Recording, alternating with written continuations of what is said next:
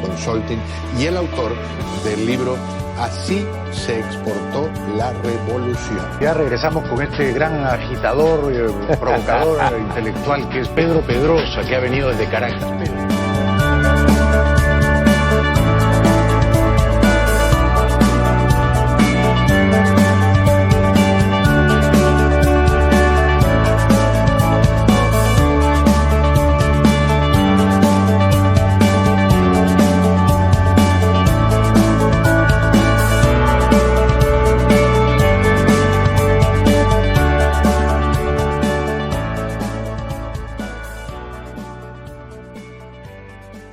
El pasado 29 de mayo se celebró la primera vuelta de elecciones presidenciales en la nación neogranadina, en Colombia.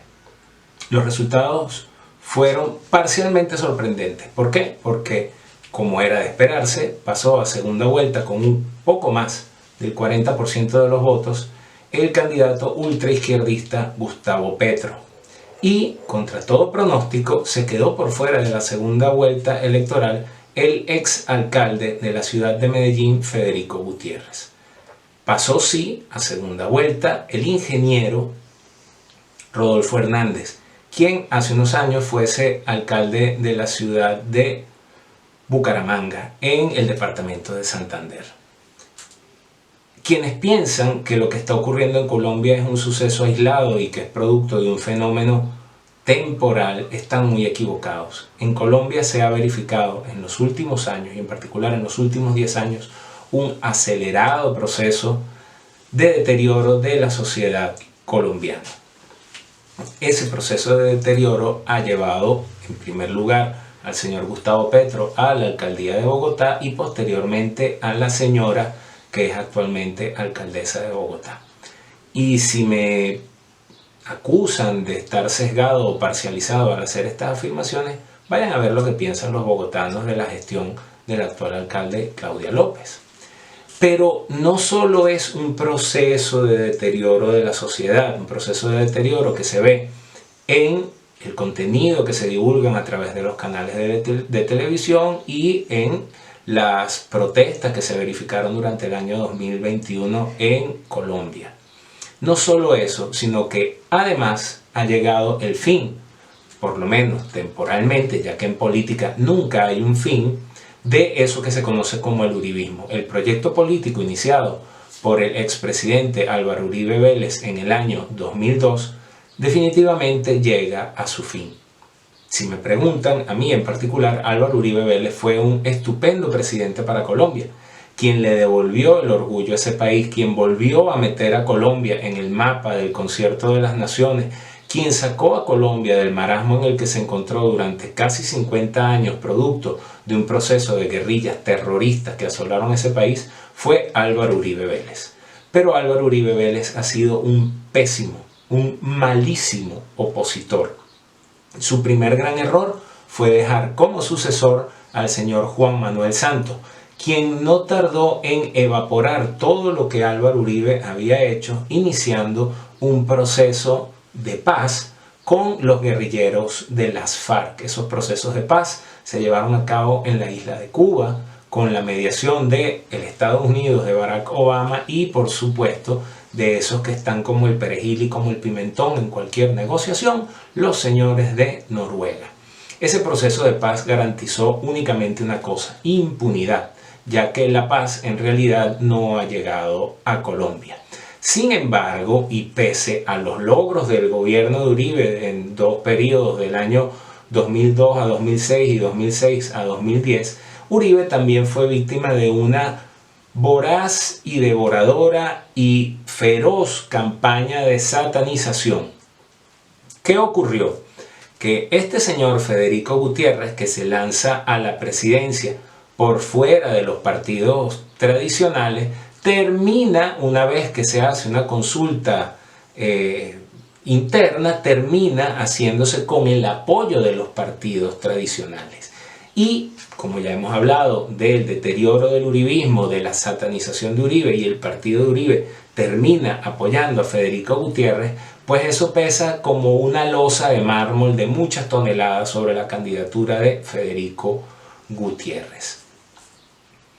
Finalmente, o no finalmente, porque esto aún no tiene final, quien pasa a segunda vuelta es el ingeniero Rodolfo Hernández, un outsider, una persona que pasó absolutamente desapercibido en todas las encuestas, que con mucha suerte le daban el 20% de los votos, quedando en tercer lugar detrás de Federico Gutiérrez.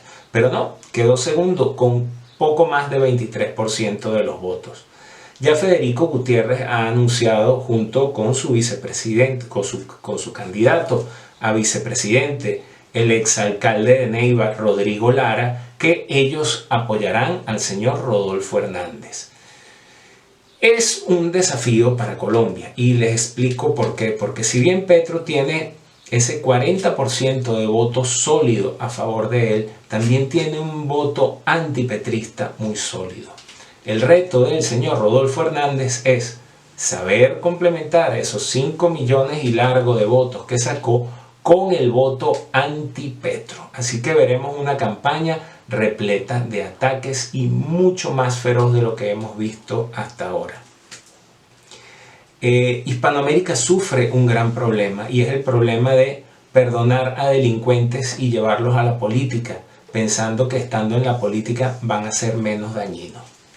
Y es el caso del señor Gustavo Petro, quien es, confesado por él, un ex guerrillero, quien fue detenido con posesión de armas, granadas y material subversivo en el año 85 en el poblado de Zipaquirá, donde fue concejal, y siendo concejal formaba parte de un grupo subversivo, que es muy paradójico, de formar parte del Estado y al mismo tiempo atentar contra el Estado del cual formas parte.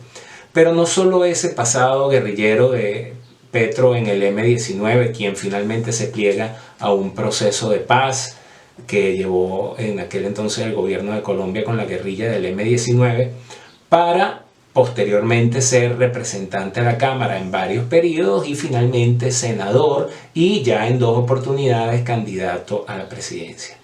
Petro también estuvo a punto de serle revocado su mandato como alcalde de Bogotá por presuntos delitos. El entonces procurador de Colombia, Alejandro Ordóñez, ya había sacado la sentencia para revocarle el mandato a Gustavo Petro. Sin embargo, acuerdos extrajudiciales, extralegales, en un periodo en que Colombia se encontraba en las negociaciones del acuerdo de paz, en un periodo en el que Juan Manuel Santos optaba a la reelección a la presidencia de Colombia, hicieron que las acciones del entonces procurador Alejandro Ordóñez pasaran debajo de la mesa. ¿Y por qué yo digo que esto es un problema de Latinoamérica? Porque no es solo de Hispanoamérica, esto incluye a Brasil. Porque vivimos perdonando delincuentes que posteriormente llegan a la política. Tal es el caso de Daniel Ortega en Nicaragua, tal fue el caso de Hugo Chávez, que es un delincuente que dio un golpe de Estado y que posteriormente su causa fue sobreseída. Tal es el caso del señor Gustavo Petro, tal así es el caso del señor Luis Ignacio Lula da Silva, quien estuvo encerrado en prisión, condenado, y que ahora vuelve a la política a disputarle la presidencia a Jair Mesías Bolsonaro. Los que piensen que la receta funciona, que lo que hay que cambiar es al cocinero, pues están muy equivocados. La receta de Ortega es la misma de Chávez, es la misma de Evo, es la misma de Lula y es la misma de Petro. Y la receta da como resultado el mismo producto. Vayan a ver Venezuela. Colombianos que creen que se van a salvar porque ellos son mejores o porque su cocinero es mejor. No hay mayor virtud en un golpista que utiliza las armas del Estado para atentar contra el Estado, como lo hizo Hugo Chávez, que en un concejal que se mete a guerrillero para atentar contra el Estado. De modo que los cocineros tampoco son muy distintos. Esperemos a ver qué pasa en la segunda vuelta electoral. El desafío para el señor Rodolfo Hernández va a ser movilizar tanto al voto que ya él ganó, que ya él consolidó, como al voto anti-Petro. Si eso no lo logra y la abstención y el voto en blanco ganan en la segunda vuelta en Colombia, veremos a Gustavo Petro como presidente de la nación neogranadina. Muy buenos días, muy buenas tardes, muy buenas noches.